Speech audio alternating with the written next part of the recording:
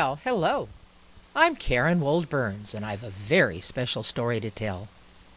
How do you think people would go from Benicia to Martinez, Concord and beyond, before our bridges were built? Well, there was a ferry boat of one sort or another. But let's get back to my story.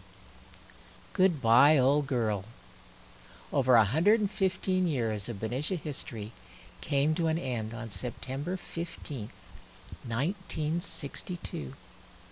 I stood on the apron leading to the car and passenger ferry, the M.V. Carquinez, affectionately known as Little Toot, to wave goodbye and watch her pull away from the slip for her final voyage.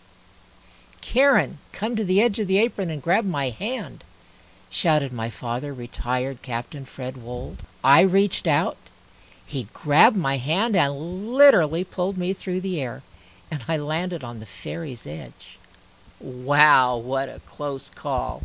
I had missed plunging into the water by a few inches. No longer would ferry service between Benicia and Martinez carry passengers and cars across the Carquinez Strait. Now cars would whiz across the bridge. No longer would people pause, feed the seagulls as they flew by, enjoy watching the boats as they plied their way to journeys and ports unknown to us, or just sit back and talk to one another during that 10-minute trip. On board were invited dignitaries, the crew, and I alongside my dad. Other dignitaries were waiting on the Benicia side of the bridge entrance above, waiting to make that first automobile crossing of the bridge. We reached our prearranged spot almost directly under the bridge and stopped. A whistle was blown, and we watched as the caravan of cars began that monumental first drive. Oh, the water was filled with fireboats shooting water, large and small pleasure crafts gliding around us. For those above, it would be seconds. Suddenly, the realization struck me that the hustle and bustle above us and surrounding us was the wave of the future and signaled the end of an era. Get there as fast as you can. Soon, thousands would cross that bridge each day, opposed to hundreds via the ferry. How fortunate I was to be a part of that historic trip.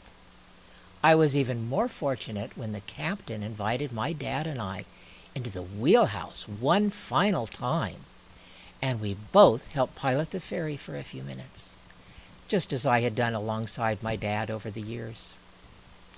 Oh, nothing will ever replace those memorable times of old. After all, I had taken my first ride shortly after my birth in 1940, and I even rode the ferry to Martinez and back during my first college years in Pleasant Hill. I had the opportunity to be an integral part of that life of yesteryear, and now to go forward into tomorrow. Oh, you served us well from Benicia's founding by Robert Semple and Thomas Larkin until today.